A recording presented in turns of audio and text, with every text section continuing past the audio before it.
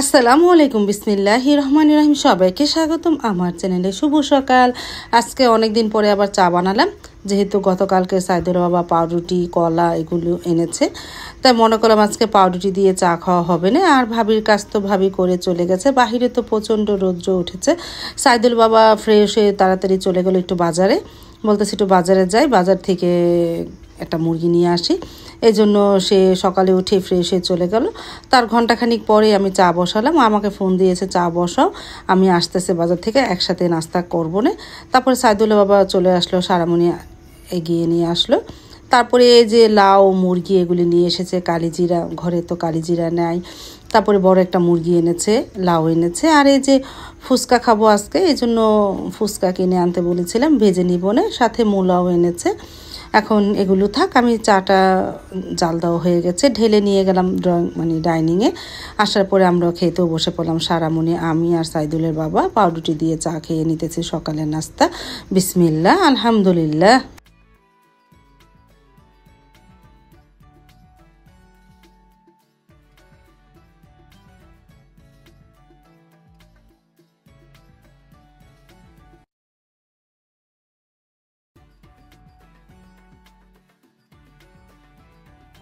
তারপর তো সাইদুল বাবা দুধও এনেছিল বাজার থেকে, সেগুলো সব বোতলে ভরলাম আর ঝুড়ির থাল বাসনগুলো গুছিয়ে এগুলো ধুয়ে নিব না। আর এই যে দুধ ভরা হয়ে গেছে বোতলে, এখন ফ্রিজে রেখে দিই। প্রায় 4 কেজি দুধ এনেছিল।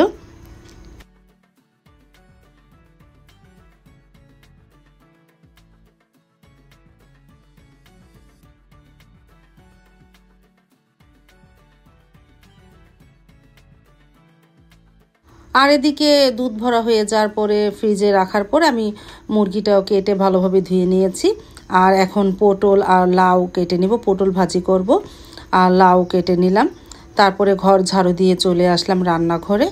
আজকে তাড়াতাড়ি অবশ্য গোসল করতে যাইনি, আজকে রান্নাটা তাড়াতাড়ি শুরু করে দিলাম। প্রায় 11টা বাজে রান্না শুরু করে দিয়েছি, কারণ লাউ দিয়ে মুরগি গোস্ত রান্না করব, সেটাকে একটু ঠান্ডা হলে ভালো লাগবে খেতে।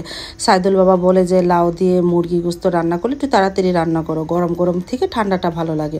এই জন্য মনে করলাম আজকে ঘর ঝাড়ু দিয়ে রান্না করতেই চলে আসি, পরে গোসল করে নেব না, গোসল করে নামাজ পড়ে নেব না।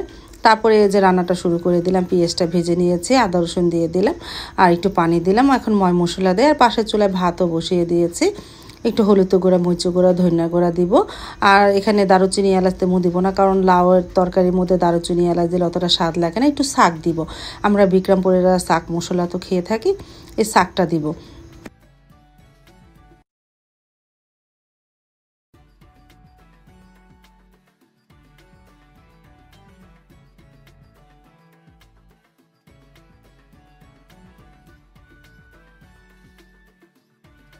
মশলাটা ভালোভাবে কষানো হয়েছে, এখন এর মধ্যে ধুয়ে রাখা মুরগি গোস্তটা দিয়ে দিই, দিয়ে কিছুক্ষণ কষাবো।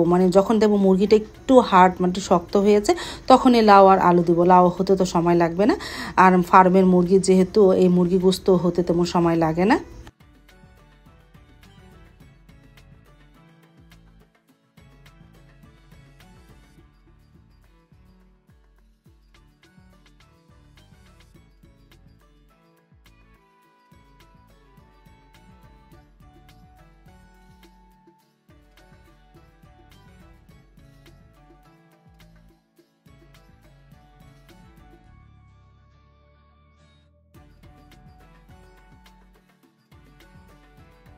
আর এদিকে আমার পেঁয়াজ ছুলানে 1 বক্স পেঁয়াজ ছুলে নিই। আর এদিকে ভাজিটা তো কেটে পেঁয়াজ কাঁচামরিচ দিয়ে রেখেছি, পরে বাগার দেব। আর এদিকে মাংসটাও অনেকটাই শক্ত হয়ে গেছে, বললাম না একটু হালকা কষাবো। এখন লাউ আর আলু দিয়ে দিই, আস্তে আস্তে কষাতে থাকি। লাউ থেকে পানি উঠলে আর পানি দেওয়া লাগবে না, কারণ লাউ একটা পানি জাতীয় সবজি, এটা থেকে অনেকটাই পানি ছাড়ে।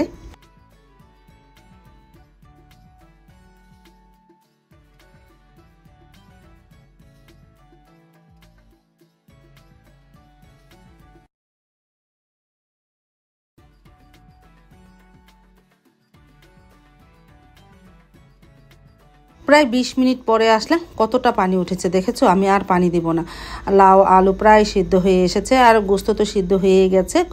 তারপরে এখন আর পানি দিব না, এই পানির মধ্যে একটু শাক দিয়ে দিই, শাক দিয়ে ভালোভাবে নাড়াচাড়া করে জালটা আর একটু কমিয়ে দিই, আস্তে আস্তে ঝোলটাও ঘন হয়ে যাবে না।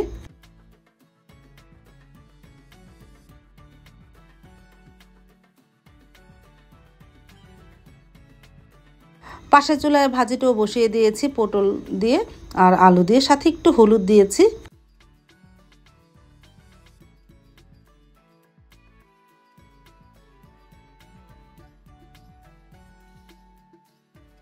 হয়ে গেল লাউ দিয়ে মুরগির গোশত লাল লাল ঝোল। মাশাআল্লাহ, কালারটা অনেক সুন্দর এসেছে।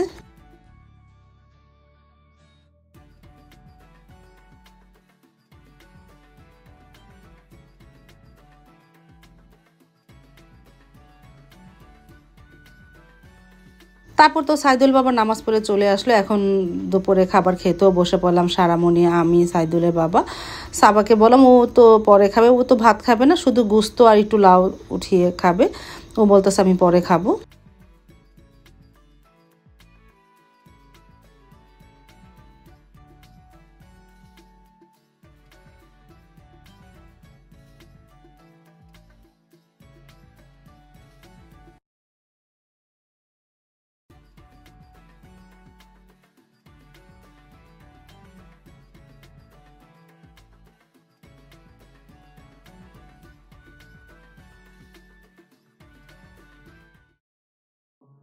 তারপরে যে লাউ তরকারি নিয়ে নিলাম, আলহামদুলিল্লাহ অনেক মজাই হয়েছিল।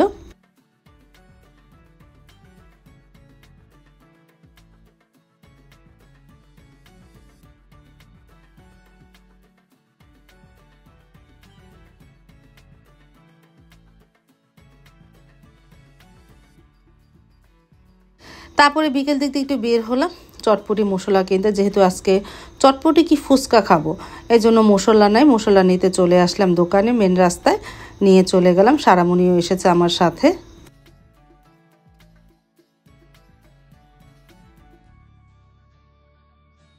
বাসায় তো চলে এসেছি, আসার পরে পাঁচফোড়নটা একটু ভেজে নিতেছি, ব্লেন্ডারে ব্লেন্ড করে নিব।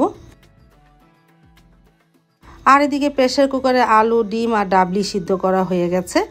আমি জালটা নিভিয়ে রেখে তারপর দোকানে গিয়েছিলাম, এখন তুইও গরম। তারপরে তো সন্ধ্যার পরে চলে আসলাম রান্নাঘরে, এই সব কিছু রেডি করে নিলাম, ফুচকাটাও ভাজবো। আর এই যে পাঁচফোড়নটা ব্লেন্ডারে ব্লেন্ড করে নিয়েছি ঠান্ডা হয়ে যাওয়ার পর। আর এই যে চটপটি মশলা, এটা দিয়ে ঘুগনিটা বানাবো, তার ফুচকাগুলো ভেজে নিব। তারপর তো ঘুগনি মাখা হয়ে গেছে, সব ময় মশলা দিয়ে দিয়েছি। আর এদিকে টকটাও বানানো হয়ে গেছে, লেবু, তেঁতুল, তারপরে আরও ময় মশলা দিয়ে মিষ্টি টক, এখানে একটু চিনিও দিয়েছি। আর এটা সারামণির জন্য সাদা সাদা, ও আবার ঝালটা খাবে না। এখন ফুচকার তেলটা গরম হয়েছে, ফুচকাগুলিও ভেজে নিই। তারপরে আস্তে আস্তে ফুচকাগুলিও ভেজে নিয়েছি।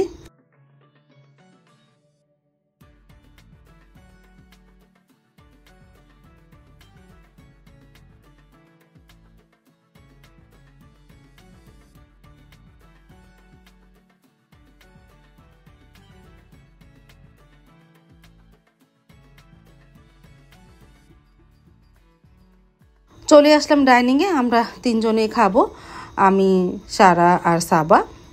বিসমিল্লা বললে খাওয়া শুরু করে দিলাম। বিসমিল্লা, আলহামদুলিল্লাহ অনেক মজা হয়েছিল।